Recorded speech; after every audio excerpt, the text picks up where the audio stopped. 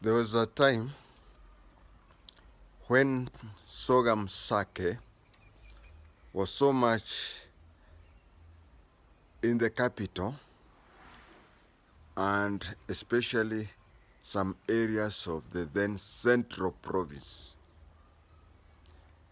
If you go to other areas of Kenya, it was not there, but it was mostly in Nairobi province and central province.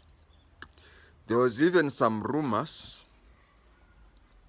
that the Moi government was using sorghum to exterminate Kikuyu tribe.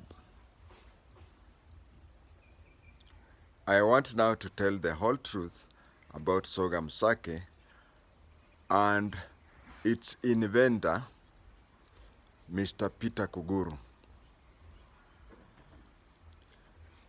Mr. Peter Kuguru, when he completed his high school and wanted to train in the hospitality side, we did not have Utalii College. Today we have so many such colleges, but Utalii leads. If you go to a place and you have a certificate in hospitality and somebody else has a certificate in the same, but from Utalii College, the person from Utalii College would be given first priority. Just like if you have a degree in agriculture in any university and somebody else has a degree in agriculture from Egerton University, and so on and so forth. So when Peter Kuguru wanted to train in that, and there was no college, he found a college in Singapore. He found a college in Singapore, and he went and trained in Singapore. After completing the training in Singapore, he came back to Kenya. And when he came back to Kenya, he found that Kenyans were taking a busa type of drink, which was called chibuku. Chibuku, Chikubu. Chibuku Company was run by LANDO East Africa. LANDO East Africa at that time were the owners of standard newspapers with that kamzungu called Tiny Somebody.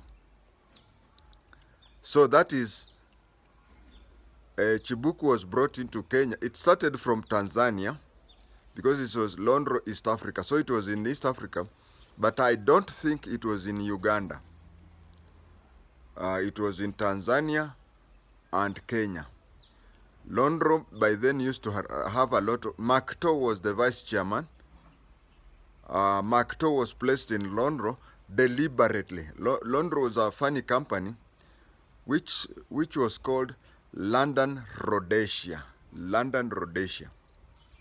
So this Kamzungu called Tiny Somebody, I've forgotten the second name, used to use very powerful people near the power to run companies. So in Kenya, he chose Makto.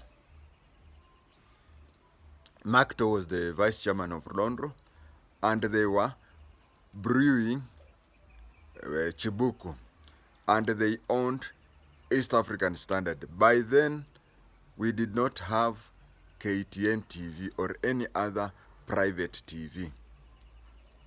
So, when Peter Kuguru came back, Chibuku, which was like Busa, was being produced by LANDO East Africa. And you used to buy Chibuku in a container that is similar to, it's called Tetra Pak. Yeah, they used to sell Chibuku inside Tetra Pak. If you have taken maziwa mala or yogurt and whatever, you know what I mean. It was a Tetra Pak, similar to matofali. By this I mean the most Tetra Pak people know is that one of KCC, which is a pyramid. No. Londro used to produce Chibuku Busa, and it was an Tetra Pak which was like that one in maziwa mala or yogurt. So they used to sell that, and they sold the part of selling alcohol to Kuguru. Then Kuguru started a company called Kuguru Food Complex. Peter Kuguru started that company, and not his father, Davidson Kuguru. So he started Kuguru Food Complex, and among the things he used to produce was that Chibuku. Then he changed the name of the drink from Chibuku to Kibuku. To Kibuku. There was K, which stood specifically for Kuguru. And the company was called Kuguru Food Complex. Now, if you see the initials of KFC, Kuguru Food Complex, yeah, it is written in the same number as Kentucky Food. It was a similar spelling, although Kentucky is KFC, but Kuguru Food Complex Limited is KFCL. But if you hide the L, it is written just similar to that one of Kentucky Food Company. Then he saw that selling busa, for that is what Chibuku and Kibuku was, so that selling it in a Tetra Pak was expensive. So he went round and installed tanks in those clubs. He installed tanks in those clubs, and what people used to do is that you could go there with a mug, and then they sell to you like in a mug. Anybody would think you are taking porridge or you are taking sour milk, that is maziwa mala. Then again, he reached somewhere and remembered his student days in Singapore. Singapore is a country, but majority of the Singaporeans are Chinese. Majority of the Singaporeans are Chinese. What example can I give to an African, especially a Kenyan? We have a country called Djibouti. You hear Djibouti, isn't it? But you see, Djibouti, the people in Djibouti, almost all of them are ethnic Somalis. So you can go somewhere and say, here we are seated with Somalis, Kenyans, Djiboutians, and whatever. But the Djiboutian is a Somali, just like a Somali in Northeastern and a Somali in Ethiopia and Somalia. Just like you can say, we have Chinese, and then we have Taiwanese, then we have Singaporeans, and I wanted to say Hong Kong. So when he was there, he knew that Chinese made wine through rice. It is called rice sake. Rice sake. If you taste the rice sake, or if you look at it, it resembles a wine, but its preparation is more like a beer. So we don't know why it was called wine, while in essence it was beer. But it is called rice sake, made from rice, mchele, wali. mpunga. So he sat down and said that since alcohol was expensive in Kenya, he looked at it and said, because he's a food technologist, imagine being trained as a food technologist way before utalii was constructed.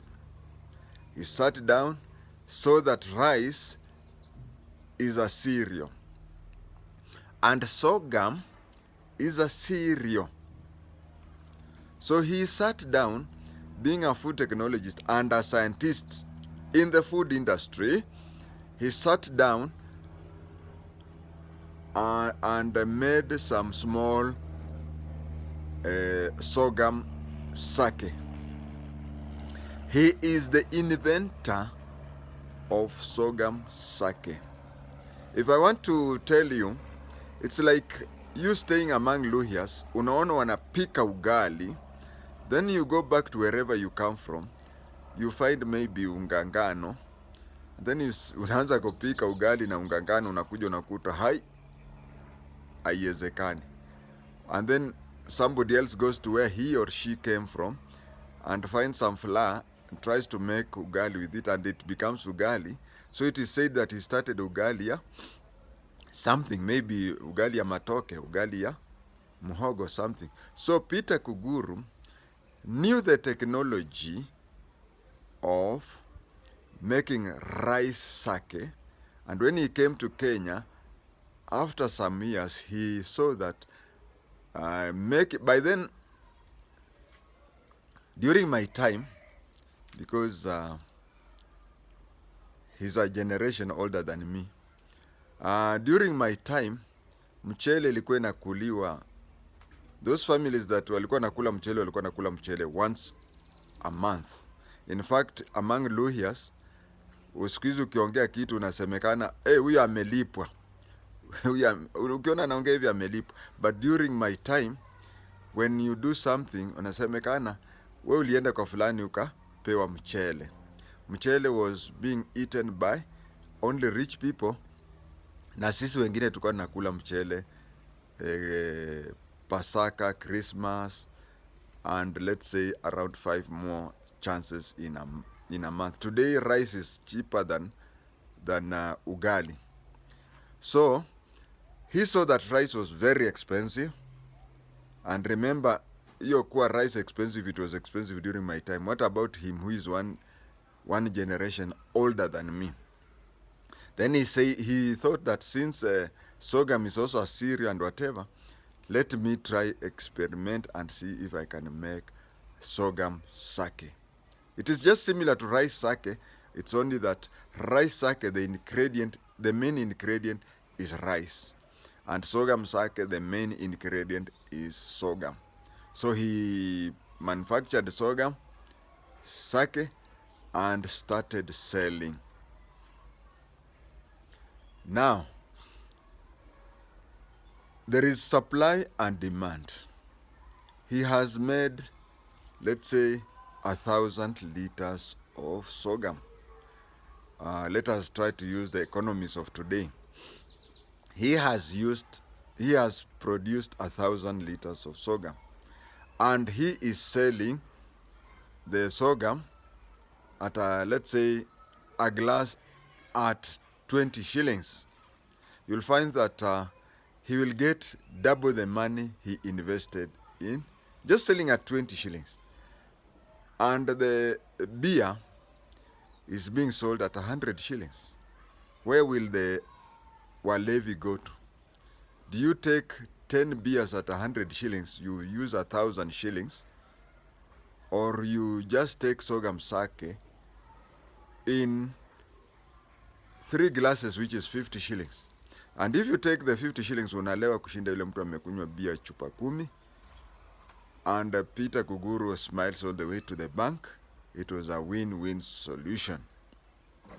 I want to answer 2 questions here. Why was it finishing people? I think where the problem was, any alcohol including changa, should be taken in moderation. Even if it is cheap, just take a glass or two. Now, since it is cheap, you take a lot, and you don't eat. That is why it was finishing people. The last question is, why did it target Nairobi and Central Province? Peter Kuguru comes from near Rigiji's place, Watu wa Madera. So you start from home and the capital city. It had started spreading out, but by the time it stopped, if it has stopped, by the time it stopped, it had concentrated on the two places. Viewers, that is what Sorghum Sake was.